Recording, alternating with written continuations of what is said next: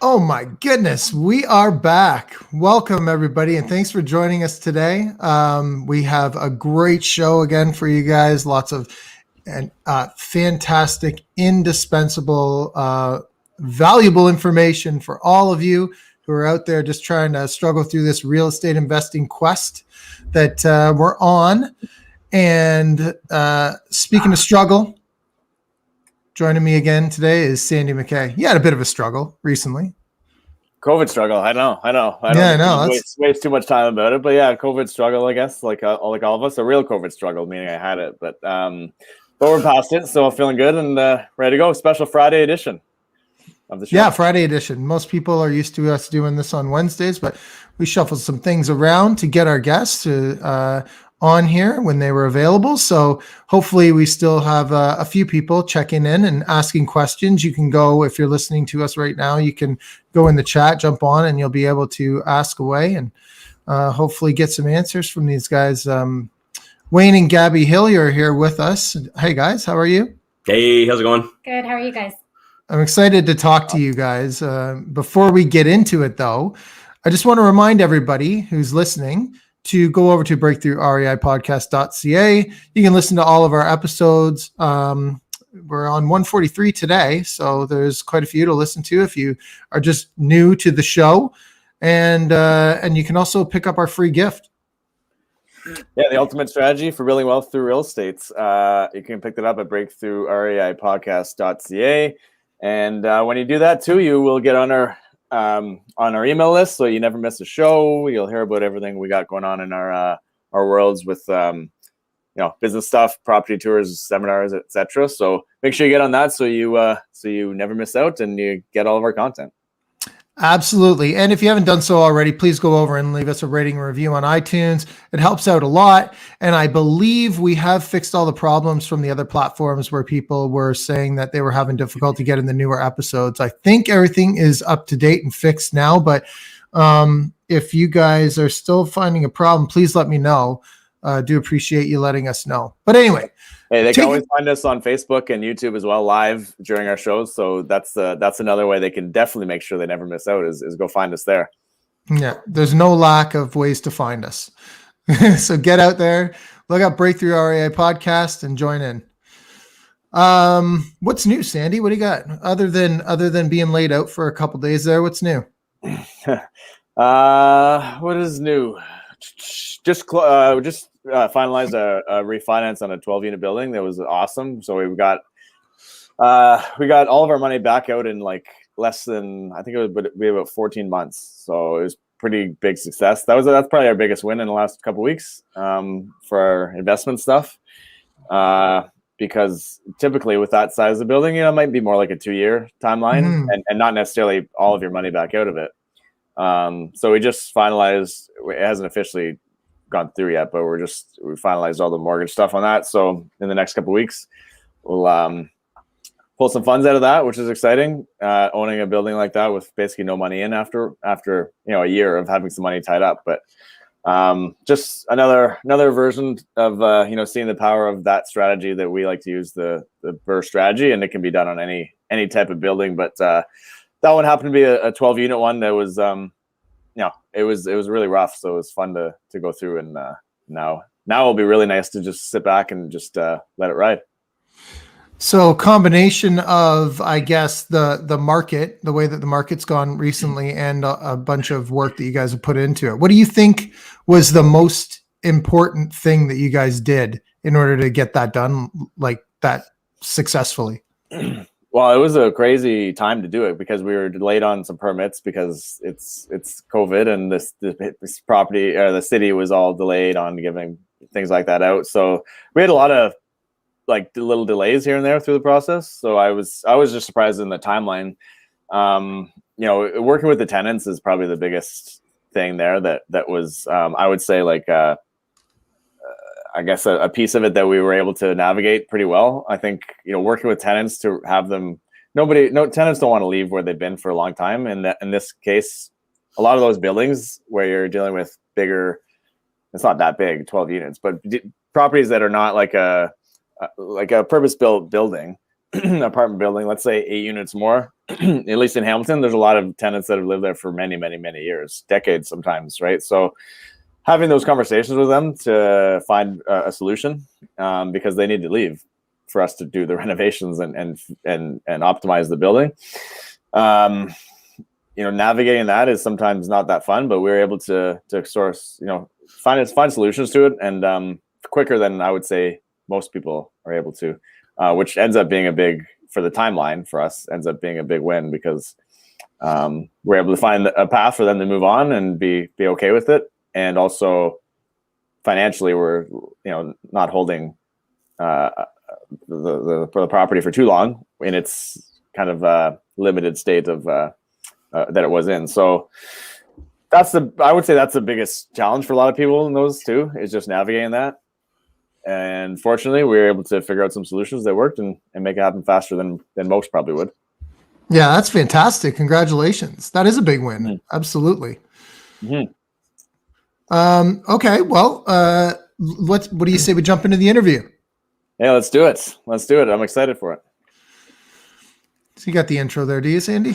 Well, let's bring in, Wayne and Gabby Hillier. Happy to have you guys here. And we're going to talk a lot about a few things, right? Seller financing, agreement for sales, helping homeowners out of situations, so creating win-wins, developing a vision, creating a real estate investment roadmap, and building a real estate business with your spouse, which is super exciting, because that's something I've been doing too over the last almost a decade, and love hearing different perspectives on that. Actually, I guess Rob, all of us have. So interesting to hear that. I'd love to dive deep on that. So I'm excited. Welcome to the show. Thanks so much, guys. Thanks for having us.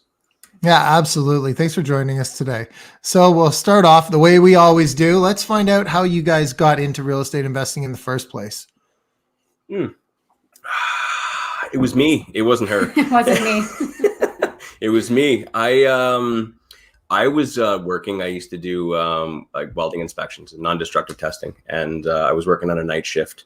And a bunch of the guys were talking about investing at like 2:00 in the morning, and I just kind of stumbled in there and I was just kind of getting involved in the conversation. I had never done any investing before, but the one guy, so they all talked about, I'm into this, I'm into that, I'm into Suncor, some oil, that kind of stuff. And then one guy is like, oh, I own rental properties. And everybody just gravitated towards him. And I guess he owned like 15 properties or something like that. And everybody thought he was the coolest person in the world. So I ended up spending a bit of time with him over the next couple of weeks on that night shift, on that shutdown, and just kept picking his brain. And then he recommended a book, and then it all just kind of went from there. I don't know. He was just that one person that like kind of gave me that belief that it could be possible. You know what I mean? You always have that kind of breakthrough moment where, you never would have thought that I would have been a real estate investor or bought more than one property at that point in time. But yeah, he kind of, gave me a little bit of confidence and gave me Real Estate Investing in Canada by Don Campbell. I went and started with that. And then it was just from there, it was about probably 18 months of trying to convince my wife that we should do this. But yeah, then we got into it, and it was just no turning back after that. Once you kind of have that belief, or once you have that, you make that decision that you're going to get into real estate investing, it's very rare you see people kind of turn around and change their mind, right? They're just so dedicated to it. It's a great point on, it's funny how one person can trigger that thing in your life, or one little, that's, I guess, your environment that you're in and the people you're around are a major impact in your life. When one person you can see that's maybe feels similar to you, and you go, oh crap, that person's doing that. Wow, I guess I can too. Yeah. It's pretty impactful, eh? Where are you located too? Tell us where you live, where you run your business. We're in Edmonton, Alberta. We mostly invest in Edmonton, and then just outside of Edmonton in Leduc. That's where we invest. Okay, so you got that book. Did you both read it, or was it just you? And then you're like saying, okay, here's what I learned, and here's what we can do, and that kind of thing. He sent me to work to my job with that book and told me that I better finish it. So I spent my breaks and my lunches reading through that book. And yeah, but then he also, it didn't stop there. He also, like when I would get home, he had this big whiteboard in the office, or I guess at that time was more your guitar room. Yeah. And he would write out scenarios of like, if we bought this house and then refinanced it and took the money out. And like, he had like this whole grid of like 20 years worth of buying rental properties, and kind of helped visualize what the possibilities could be, because he knew that I was just scared crapless.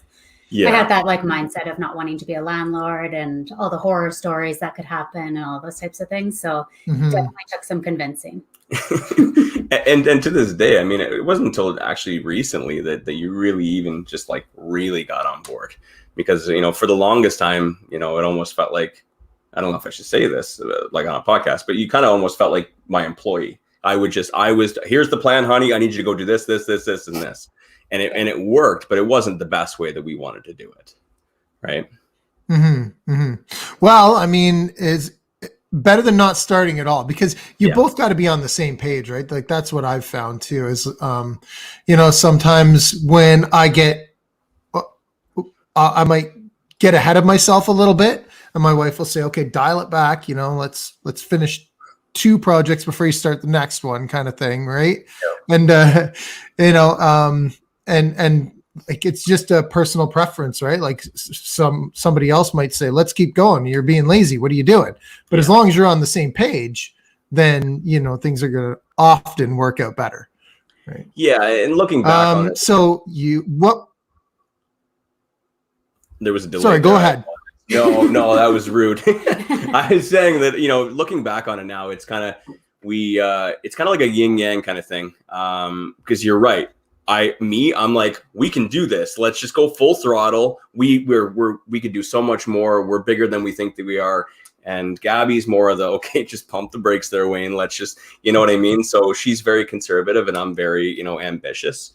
And it works out really well. It balances it out nicely, because otherwise, we commonly say, if we had 2 of me, we would be way over there, but there'd be a giant mess behind us because nobody would be cleaning up afterwards. Not saying you clean up my messes. I do clean up your messes. Okay, she cleans up my messes.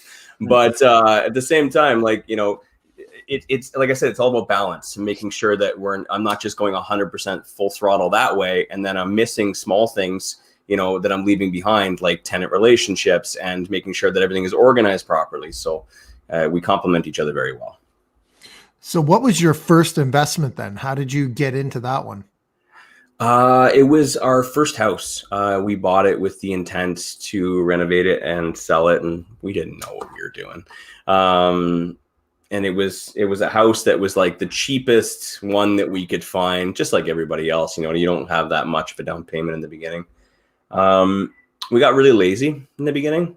We were very hesitant to start joining networks and taking courses and coaching and stuff like that.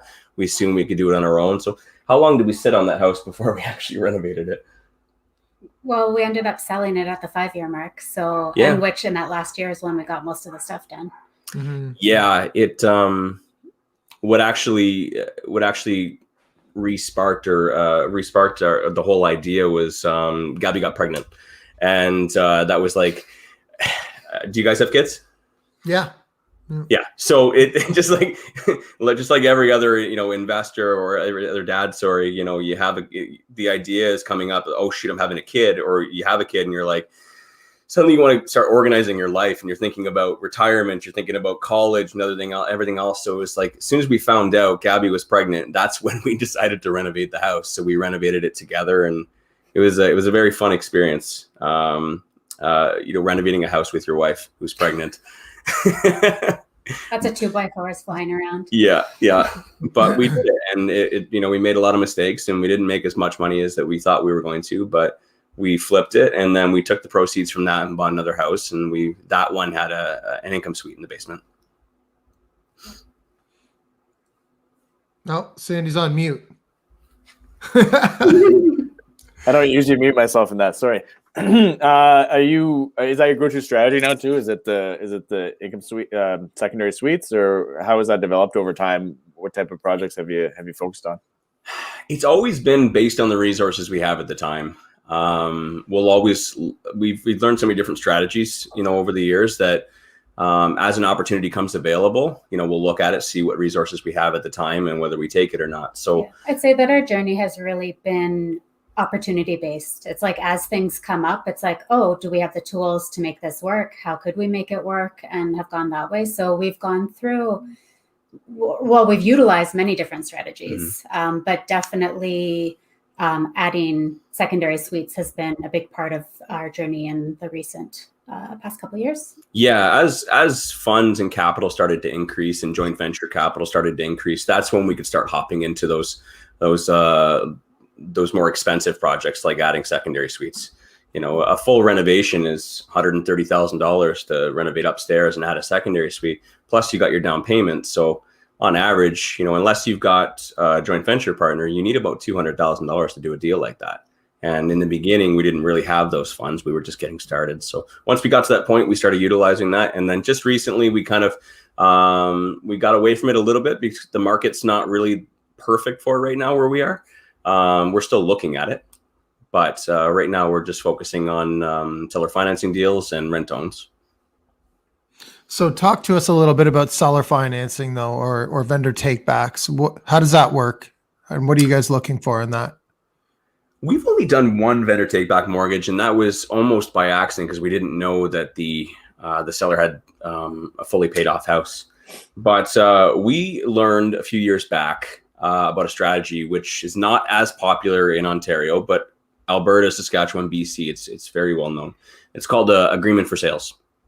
And we took a course on that in 2016, and that just completely changed things for us.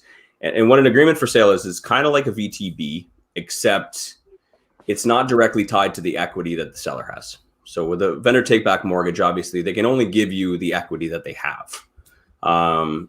With an agreement for sale, it's seller financing, but the seller keeps the mortgage and the title in their name, which is really cool because it doesn't matter how much equity they have. They could, you know, they could have zero equity. They could have a $300,000 house with a $300,000 mortgage, and they can give you seller financing for X amount of years. They keep the mortgage and the title in their name, and you get all the benefits of appreciation, mortgage pay down, and cash flow. So we started. Because you're agreeing on a price up front, and you don't, and from what I understand, I don't think you even have to. It's just an agreement for sale if you want to, right? We are obligated to. It's almost like a delayed title transfer. So all the paperwork is done with the lawyers. There's an agreement that says we're going to make these monthly payments, and this is the amortization, this is the term, this is the interest rate, so that the lawyers can actually have their own mortgage amortization schedule that could see how much mortgage we've paid down, which we're entitled to. But yes, we are obligated to close. Okay. How do you find people like that are open to that, or what type of seller is going to be attracted to that offering? 9 times out of 10, you're dealing with a motivated seller. It is possible. There are a lot of tax benefits for the delay. Say, for example, if you had a large portfolio, you're a little bit older, and you didn't want to sell all of your properties in the same year because you're going to get hit with a huge tax bill or capital gains. What you can do is you can have an agreement. You can sell them off with agreement for sale so that you don't get the capital gains charged to you until that year that it closes. So it can be a very strategic strategy. But like I mentioned, 9 times out of 10, it's mostly motivated sellers. So a great example would be like that $300,000 example I gave you earlier, where, you know, maybe they bought it for $310,000 2 years ago or a year ago, and market went down a little bit. They probably paid CMHC fees, so they don't really have that much equity. They put 5% down. So they, you know, maybe they lose their job, something happens, they need to move. They call up the realtor, and the realtor says, well, you don't have any equity to pay us, so we're not going to represent you unless you pay us up front, right? Because they want to see that they're going to get their realtor fees.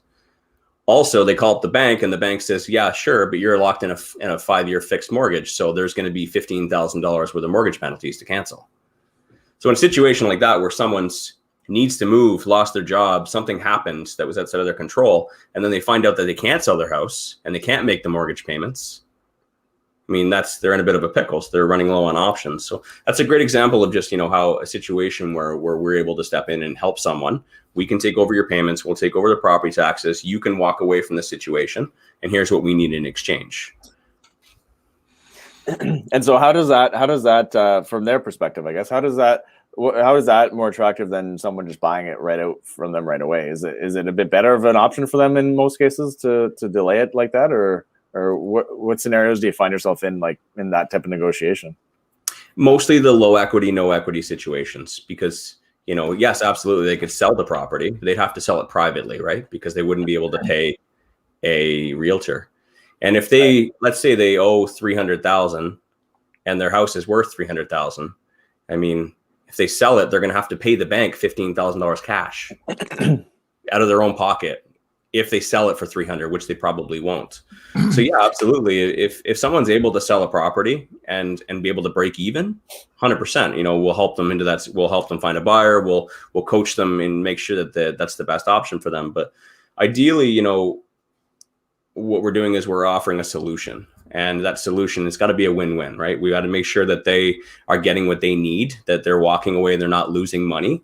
And also, obviously, we're getting terms that benefit us. We don't have to qualify for mortgage.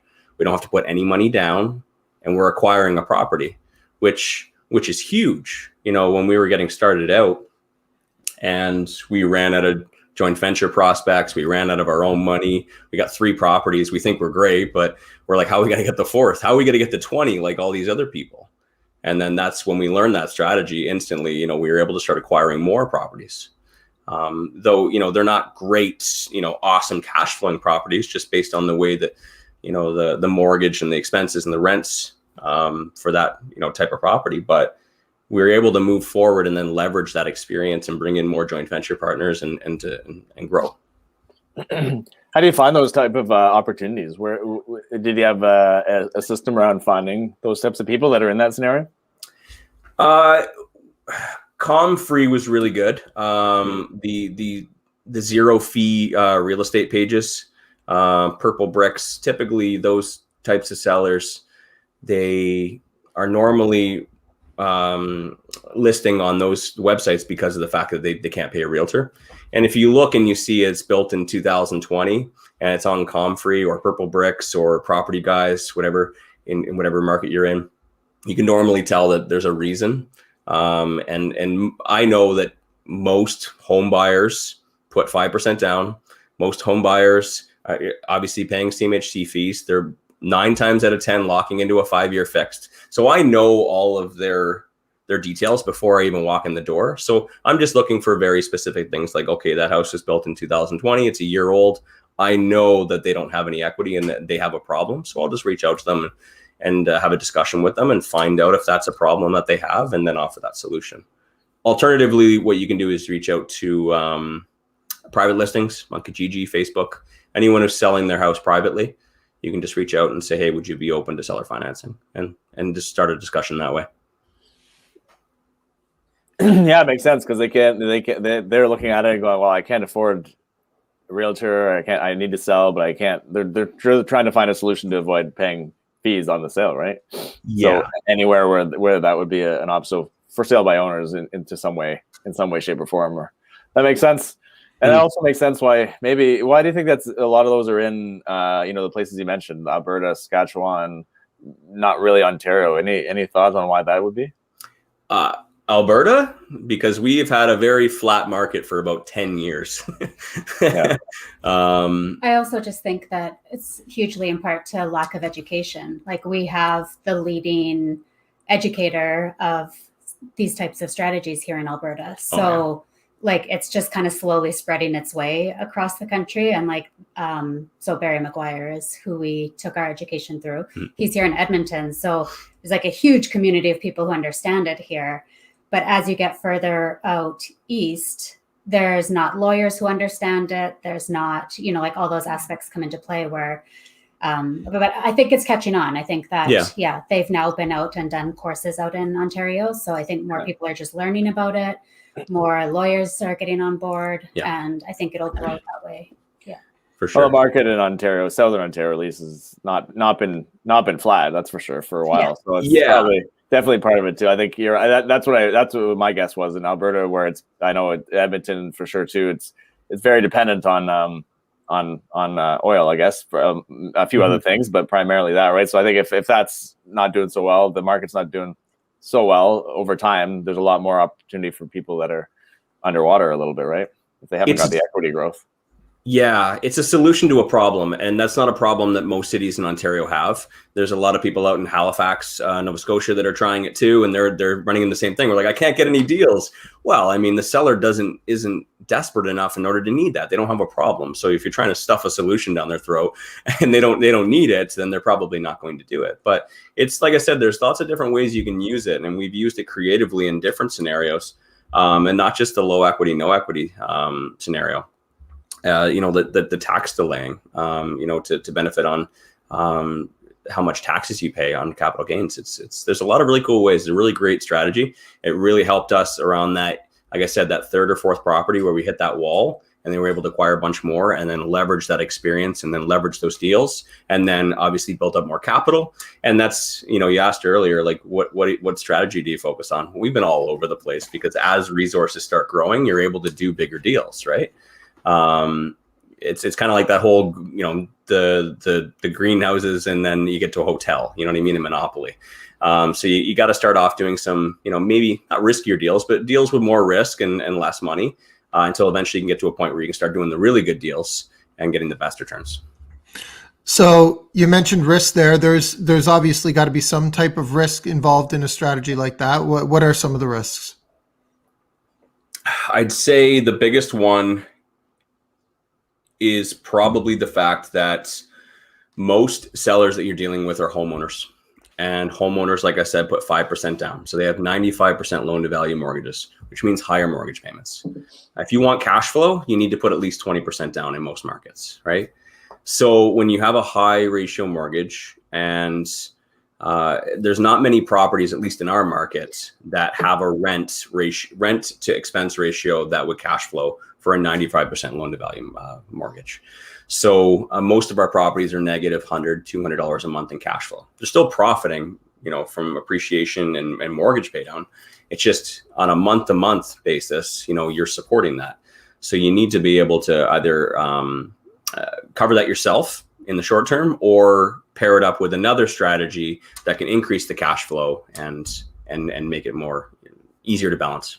Most of our agreement for sale properties, not most of our properties in general. Yes. Sorry, did I misspeak? We don't invest in non-cash flowing properties in general. Oh yeah, it's a risk thing. Like we kind of took a step back from agreement for sales for a little while, because not as easy, but like as good as we were at finding those deals and helping those sellers and closing them, I didn't want to build a whole portfolio that was negative $8,000 a month in cash flow.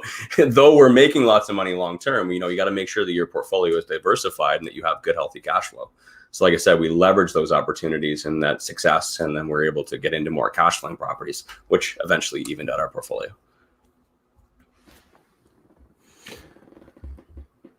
Okay, so you guys have a theory on why maybe most real estate investors never succeed. Why do you think that is? What do you think, honey? Put you on the spot. Well, probably, I think lack of certainty.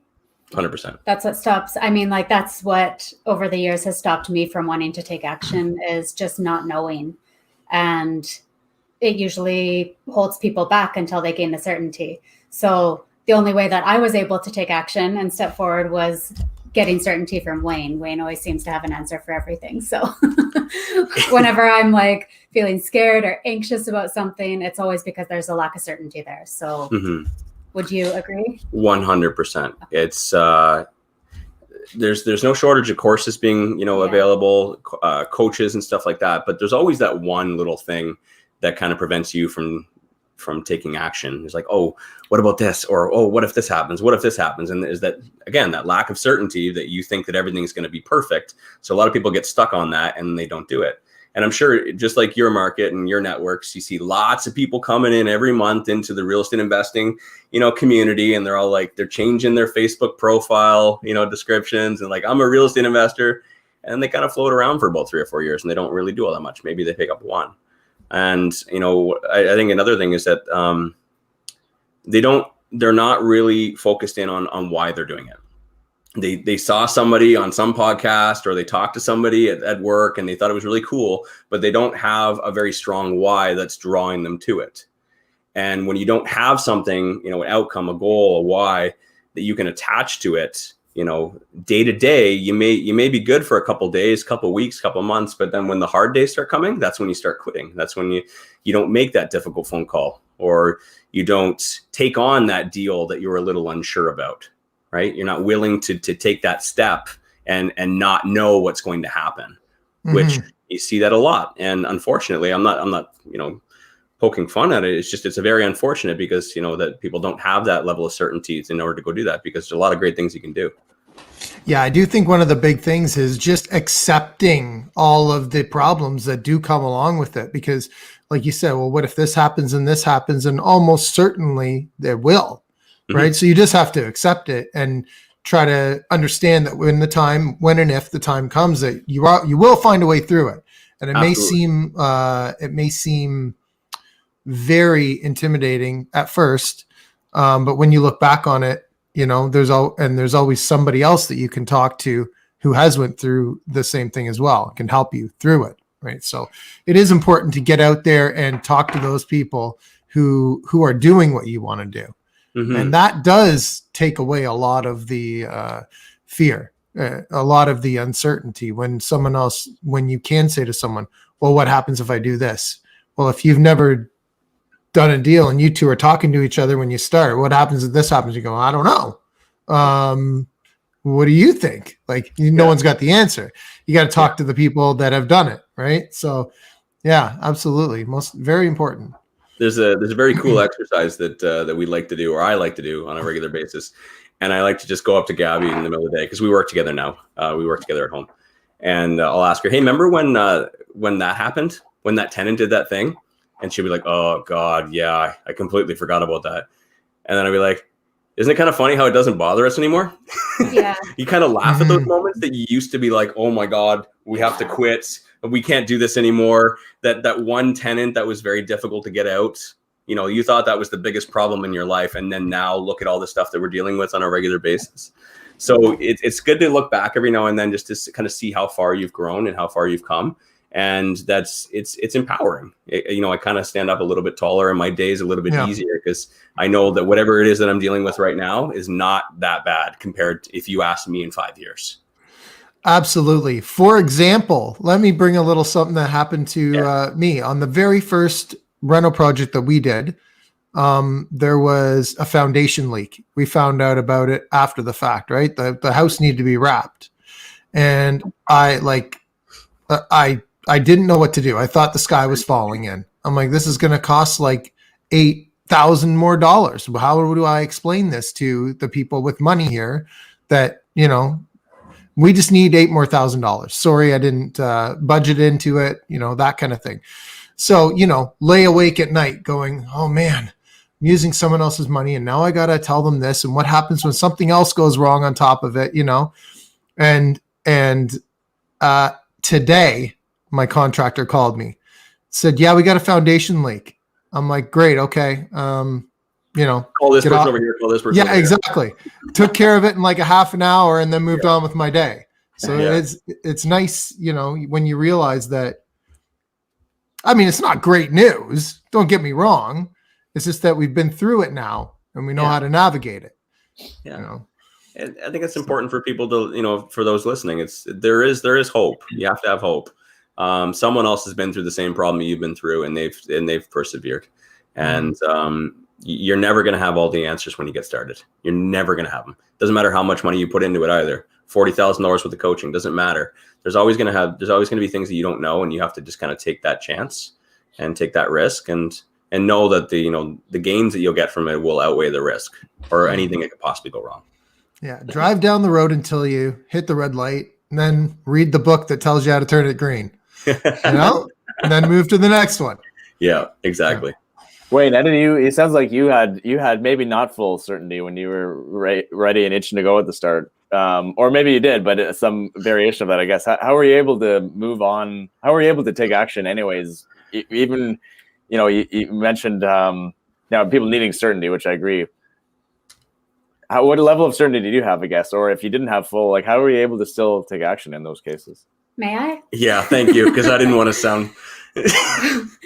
I think that he had full certainty. I think that he thought that he knew everything and that he had a fully laid out plan and that he was rip roaring ready to go.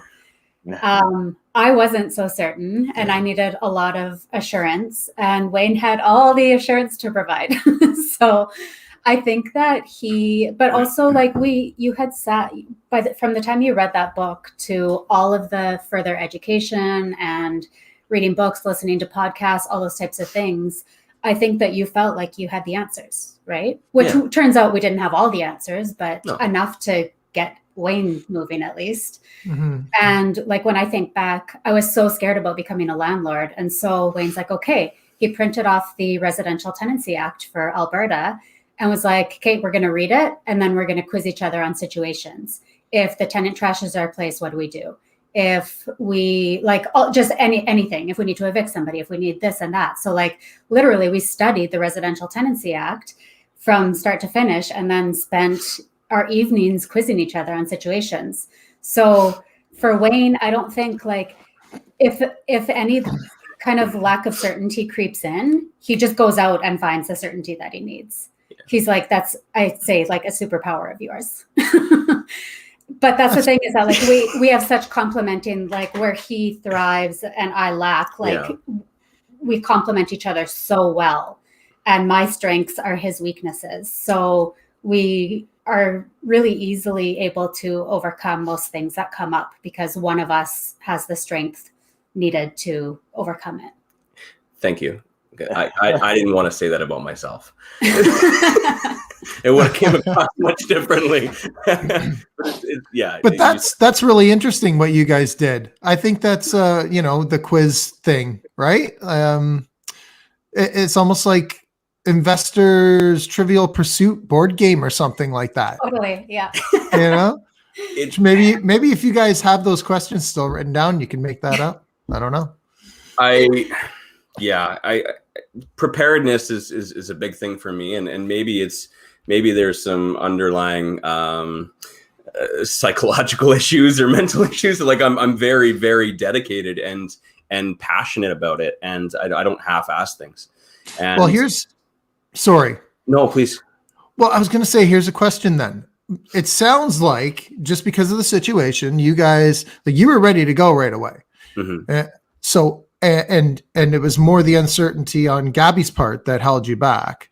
So how much preparedness did you actually need before you were ready to take that first step? Not very much. Like from the moment I read that book, I was reading the next book. I was listening to podcasts. I was on it. And though, looking back, I look at myself, 8 years ago, I'm like, man, you didn't know anything. But I think that you need to have a little bit of hope and a little bit of grit and just to trust that the process will work and surround yourself with the right people.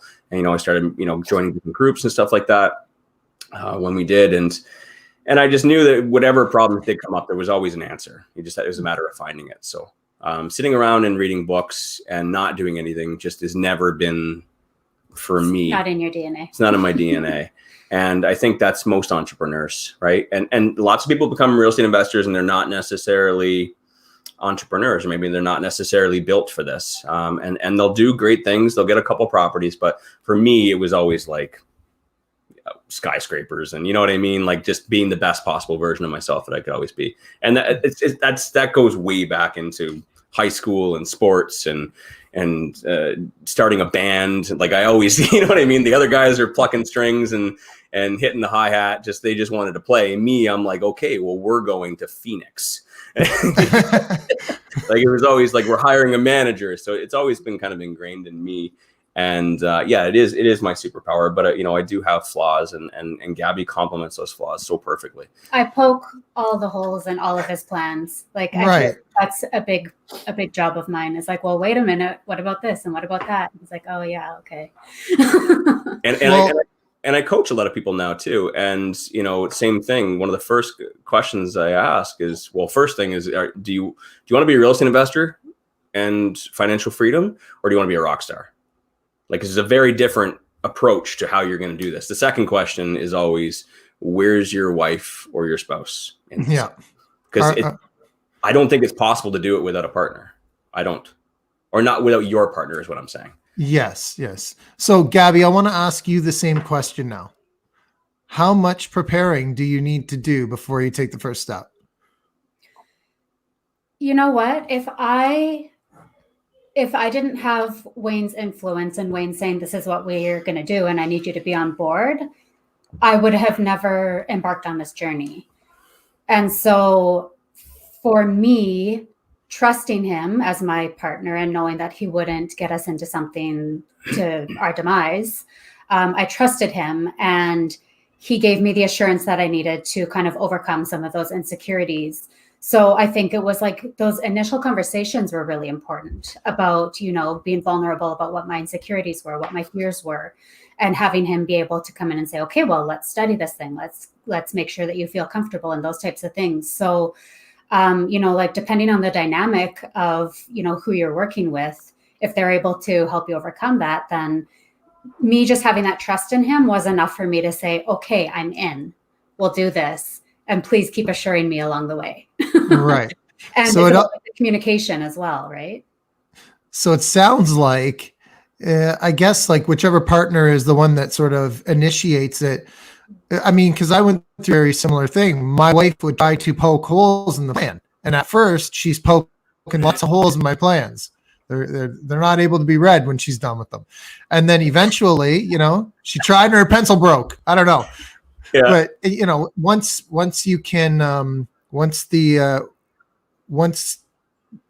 confident that you know what you're doing, maybe, and you've got some of the answers, at least to the questions that get asked, that's a big key, right? Absolutely. Let's go back to like the why and the beliefs and the vision.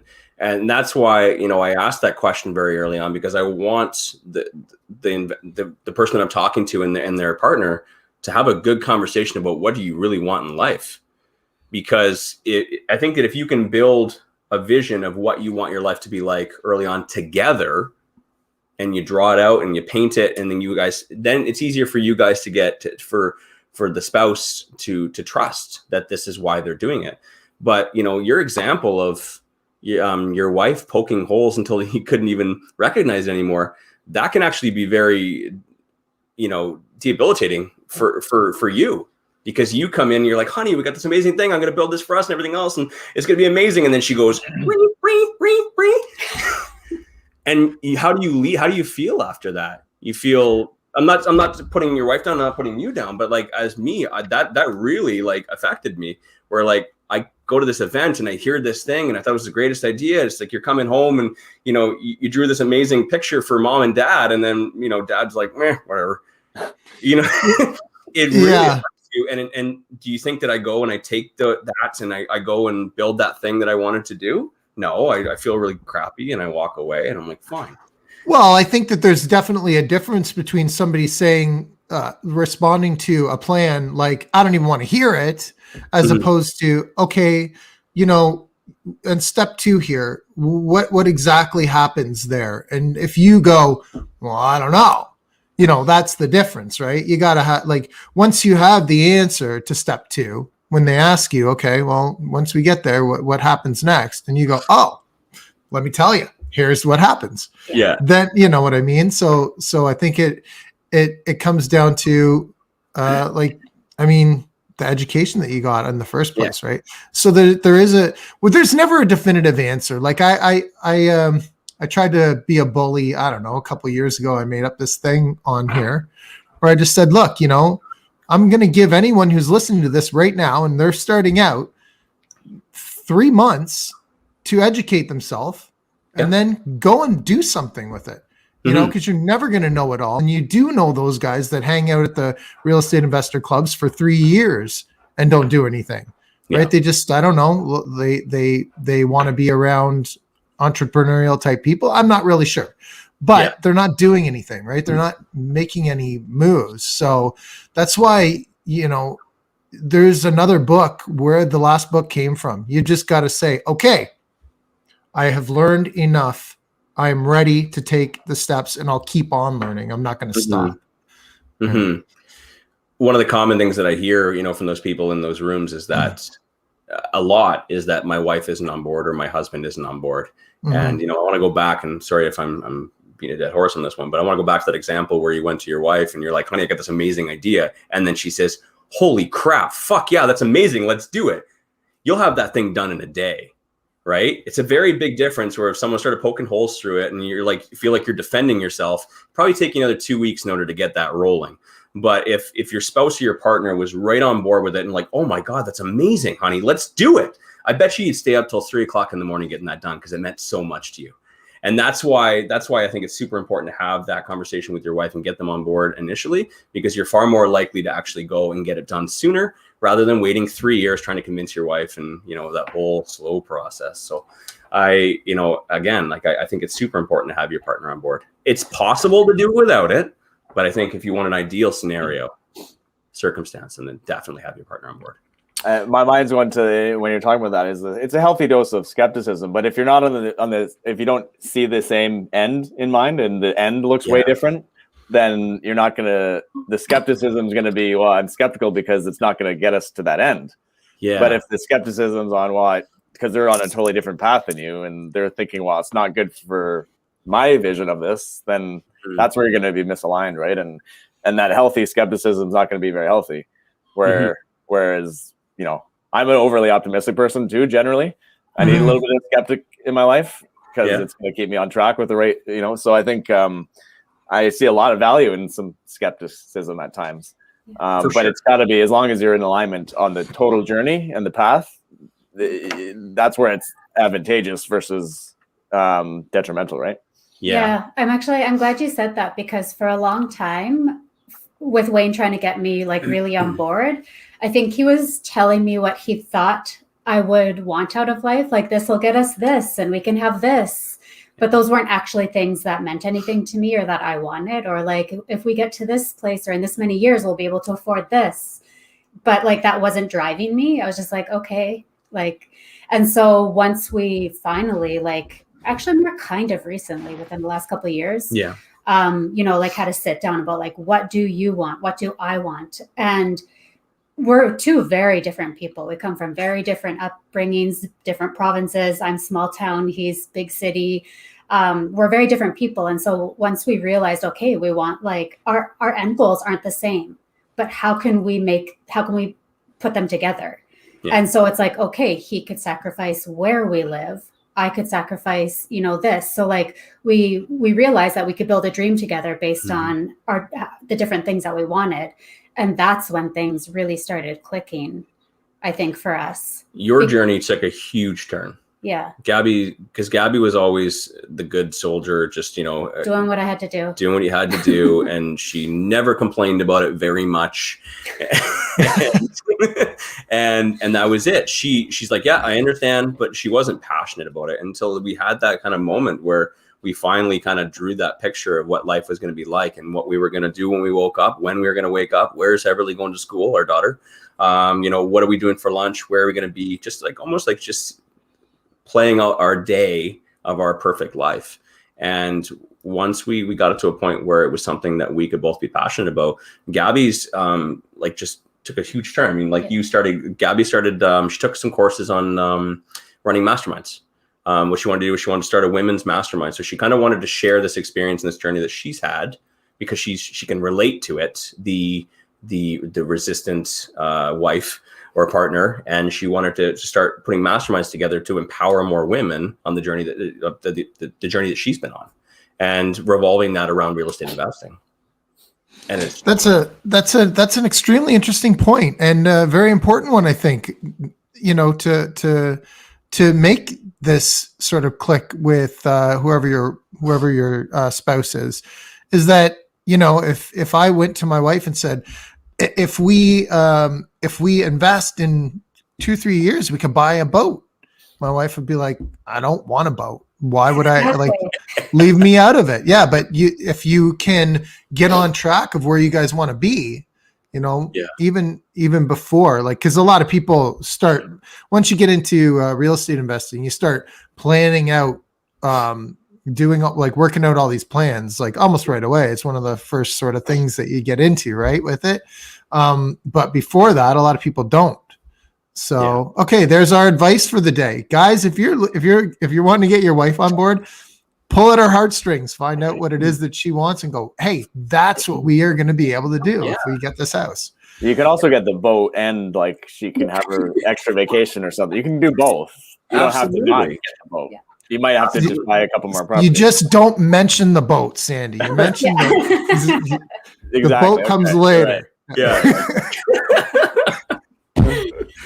Yeah. So tell us about your podcast. You've got a podcast you've been doing for a while now too. Yeah. Tell us about that. It is literally revolving all around what we're kind of talking about right now. And, I called it the Real Estate Investor Dad podcast. Not necessarily just dads on there. It's just, me being a real estate investor dad and the life. And it's about the balance, the integration, whatever you want to call it, that work-life balance of being a dad, being a mom, whatever, having a dog, having a job, having a baseball team, and then trying to build a real estate portfolio, having this dream. And a lot of people, they say, well, that's easy for you. You don't do this, or I got this and I have to do this and I can't do that because my husband doesn't like this. And so I like to have people on to kind of share their experiences and their routines, to kind of shine a light on that, to show that there are people who are in your same situation or circumstances that are prevailing and that can do it, and you can do it too. So that's why I built the podcast. It's been fantastic. We've been running it for just about 2 years now. And I'm learning every time I put an episode on, or every time I have an interview, I'm learning as well. So it's been a really fun experience. So people can find absolutely. Where can people hear that? iTunes, Spotify, Google Play, all fully syndicated. And one more time, what are you calling it? Real Estate Investor Dad podcast. So if you type in real estate investing, and you'll see Breakthrough Real Estate as number 1. And then if you scroll down about maybe around 10, you'll see Real Estate Investor Dad. Well, we've just been doing this. It's been number 1 for the longest time. Just been trying to get right beside you guys. What about the mastermind too, Gabby? Tell us a bit about that. Where can people find out more info on that? Yeah, so I'm actually in the process of rebuilding a website. I just took it down from a site that I was using. But in the meantime, I am on social media on Facebook and Instagram as myself, Gabby Hillier, and then it's -- Facilitator. And I think the best thing to do is just message me and I can get all the details out. I'm looking at starting up another group pretty soon here, just trying to we're actually gearing up for a move. We're going to be moving and we have a lot going on right now. Our daughter's about to go online for the last couple months of school. So just trying to get our life settled and then get another group running. So. And is that a Canada-wide group or beyond that, or Canada-wide? Yeah, I initially had thought, okay, it'll be Edmonton-based, and COVID, we can't meet up in person, so we're online. And then it's like, oh wait, online means they can be anywhere. So it turned out that my first group was all Edmonton-based, but now it's kind of expanding out. I have people in all different parts of Alberta. I have members in Ontario. So it's kind of catching word that it's Canada-based, and it's nice to kind of get the different perspectives as well. That's kind of one of the questions that people have when they're not in Alberta is, do you think it would be beneficial for me here in Ontario to join? And I love the perspective of the different markets. And, you never know what somebody's going to say. It's like Ontario and Alberta are so different. And maybe some of the members here in Alberta would love to invest in Ontario, and you're now an expert on the Ontario market, right? So there's just all these possibilities that emerge when we kind of expand the geographical horizons. Yeah. Okay. And for anyone who is interested in that, all the links are going to be in the show notes. So just jump over there and you'll be able to, hook up with these guys. So last question, I guess, what's next for you?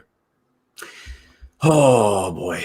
Well, I have my financing business, my rental and financing business, and that's growing pretty significantly. And just keep buying more properties. I mean, I'm kind of living a pretty good life right now. Like, we have a roadmap on how we want to get to that thing that we painted. We didn't actually paint it, but I just say we have a roadmap. We're on track, but just making sure that every day in between that we're not just like head down. We have to get there. Like, we're enjoying ourselves. I left my job last summer, and now we spend every day together. We have breakfast and lunch, and I do podcasts. She does her thing. I do my thing. We drop off the little one at school. So we have a really great life right now, and we're moving, into a new house, and we're just going to keep on keeping on what we have in our roadmap and just keep buying properties and doing more deals and helping other people along the way. That's great. Congratulations, guys, too, on that. And that's a big move, to be able to, I guess, turn to this full time, right? Mm-hmm. Yeah. It's, I see a lot of people that are like, oh, I need to get 100 properties or 200 properties. And they'll ask me, hey, Wayne, well, if you're so good at getting a green for sales, why don't you have 50 or why don't you have 100 properties? I don't want 100 properties. I know exactly how many properties I need in order to get to my goal. And I know exactly how I'm going to do it. And I'm just working at that pace. There's no need to go. I could totally get, 3 more joint venture partners this weekend if I wanted to. That sounds a little cocky, but I could. Like, if I really wanted to and I wanted to go all in on it, I could. But why jeopardize now, for a little bit farther later? I think we're right on course. We're at a great pace and just enjoying life. Excellent. I guess, well, I actually do have one more question for you guys. So okay. I lied that wasn't the last one. I like to find out if there's a piece of info or advice that's always stuck with you guys and how it helped you. You have to ask us individually because it's completely different. You want to go first?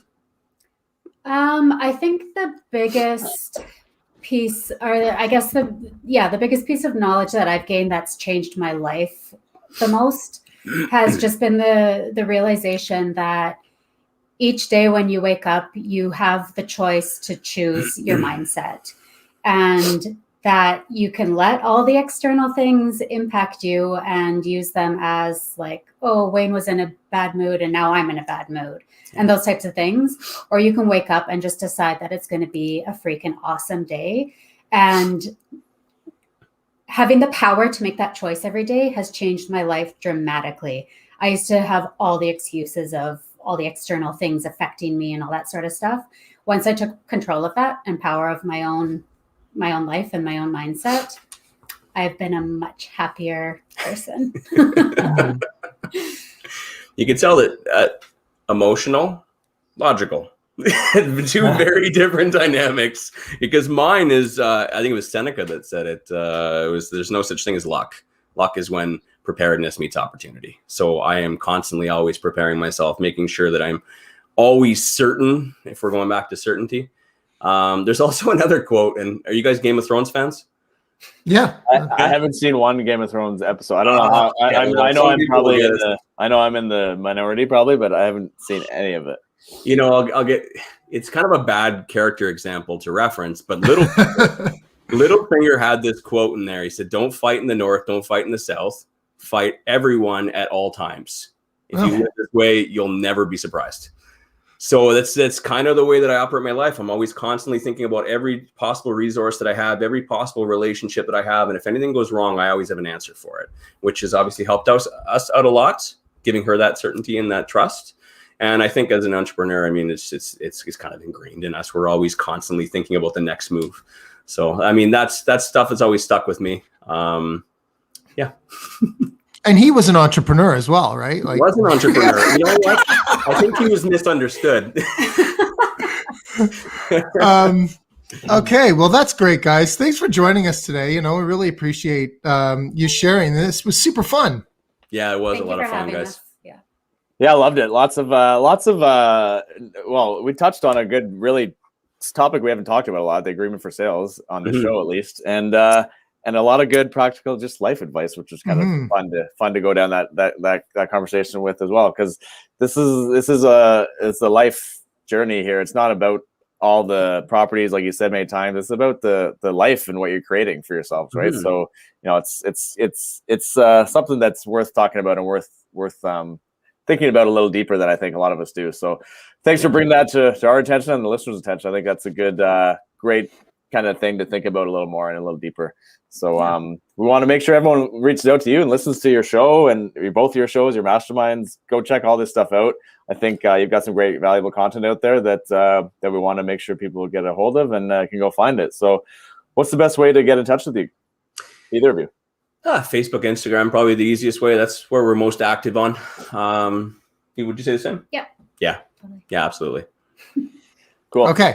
And again, we're going to have all the links in the show notes. So if you guys missed it or you're driving or whatever, you can, stop, pull over, safely look up the information and, and get in touch with these guys. So Sandy, how can people get in touch with you? 289-389-6846 or sandy@mckayrealtynetwork.com. And people can reach me at rob@mrbreakthrough.ca. Thanks for wow, I really messed that up. Thanks for listening again, guys, and we will see you next time. Have a good day. Thanks, guys.